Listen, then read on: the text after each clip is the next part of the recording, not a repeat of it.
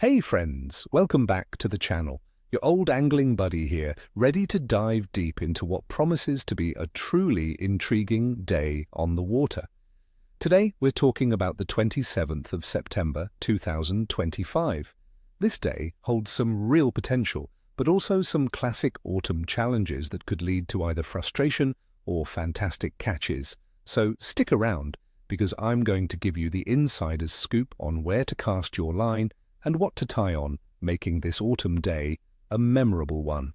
First up, let's talk tactics for some of our favourite species in the UK: trout, rivers and chalk streams. My experience tells me that as we push deeper into September, river trout, especially in those pristine chalk streams, are really starting to feel that chill in the air and are bulking up for winter. You'll want to target deeper runs under overhanging banks and behind any structure that offers cover and a consistent food supply. They're becoming less selective, which is great news. Try small spinners or even a tiny meps, especially if there's a bit of cloud cover. For fly anglers, nymphing close to the bottom can be incredibly effective, as the fish aren't expending too much energy chasing. If you spot any surface activity, a small dry fly could still tempt a rise, but be ready to go subsurface.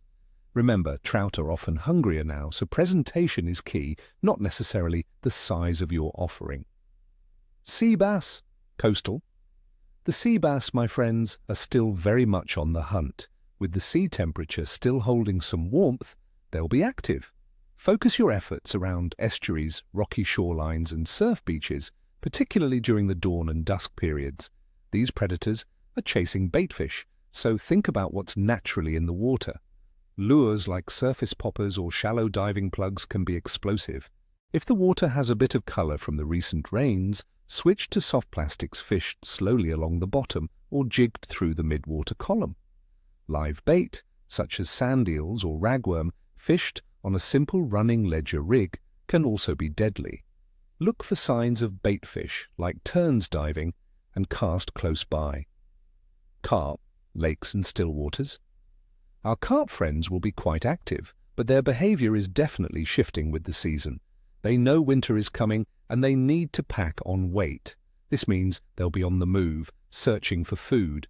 Look for them near deeper features, silt beds, and any remaining lily pad edges. They might be a bit more cautious, so keep your approach quiet. My little trick here is to use smaller, more digestible baits. Think mini boilies, small pellets, or sweet corn. Don't overfeed your swim. Little and often is the mantra for autumn carp. A balanced rig with a critically balanced hook bait can make all the difference. Flounder and cod, estuaries and beaches.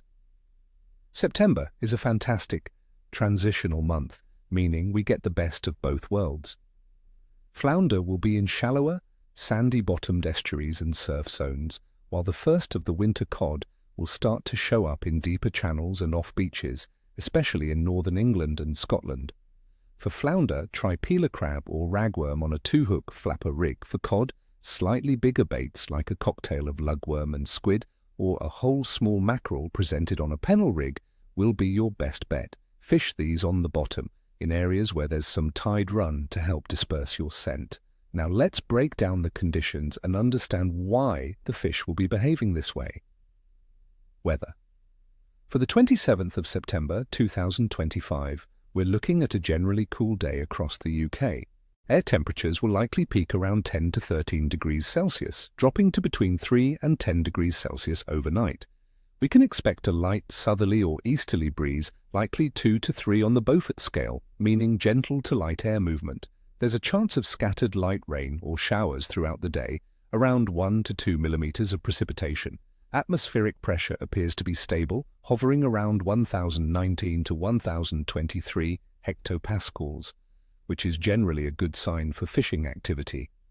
The cooler air temperature combined with the relatively stable pressure and light rain can often trigger feeding, especially for predatory species, as the water gets a gentle oxygen boost. Water temperature. The good news is that UK waters are still holding on to some of their summer warmth, averaging around 15 to 17 degrees Celsius. While it's gradually cooling, this temperature is still comfortable enough for most fish to be active, but their metabolism is starting to slow. This means they'll be seeking out areas of comfort and consistent food supply, often deeper spots, or where baitfish are congregating. This sustained warmth encourages fish to feed up before the colder winter truly sets in. Moon phase. On the 27th of September 2025, the moon will be in its waxing crescent phase, about 5 days old, with an illumination of around 26 to 29%. It will be in Sagittarius. Old fishermen's tales often suggest that increasing moon illumination, as with a waxing crescent, can stimulate feeding, particularly around moonrise in the morning and moonset in the evening. The moon will rise in the morning and set in the evening, making its subtle influence felt. General fish activity. Overall, we're looking at a period of good to moderate fish activity. This time of year is often called the golden month by many anglers because of the sheer variety of species available and their urge to feed. Both summer and arriving winter species are present and actively searching for food. The slight chill in the air signals to the fish that winter is on its way, prompting a feeding frenzy in some areas. Expect species like trout and carp to be actively looking for sustenance, and coastal fish like bass and flounder to be readily taking baits as they move with the tides. Considering all these factors, the cool, slightly rainy weather, stable pressure, relatively warm water, and a waxing crescent moon, I'm giving the overall fishing prospects for the UK, on this day, a solid good with potential for excellent sessions. The fish will be active, especially if you can find them congregating in those deeper, food-rich areas. So get out there, my friends, pack your gear, dress for the changeable autumn weather, and make the most of this fantastic transitional period. I wish you all tight lines and nippy catches. Don't forget to hit that like button if you found this forecast helpful. Subscribe for more angling adventures and tell me in the comments below. What are your plans for the 27th of September and what's your go-to autumn bait? I love hearing your stories.